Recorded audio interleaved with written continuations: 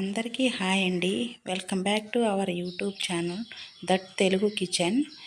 Tasty and ఈజీగా బెండకాయ curry ఎలా రెడీ చేసుకోవాలో చూద్దాము.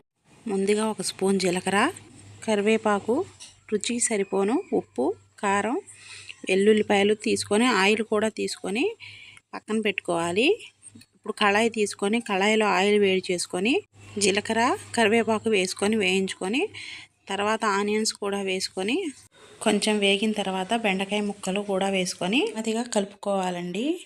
బెండకాయ ముక్కలను 2 గంటల ముందు కోసి ఆరబెట్టుకుంటే ముక్కలు చెదిరిపోకుండా కర్రీ బాగా వస్తుందండి. మంటని మీడియం ఫ్లేమ్లో పెట్టుకొని కర్రీ చేసుకుంటే కర్రీ బాగా వస్తుంది. కర్రీ కొంచెం మగ్గిన తర్వాత అందులో పసుపు, టేస్ట్కి సరిపోను ఉప్పు వేసి ఒకసారి కలుపుకోవాలండి.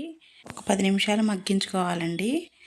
తర్వాత కారం వేసి మనం ముందుగా తీసుకున్న వెల్లుల్లిపాయలను దంచి పక్కన పెట్టుకున్నాం కదా, అవి కూడా వేసుకొని ఆఫ్ చేసుకోవటమే.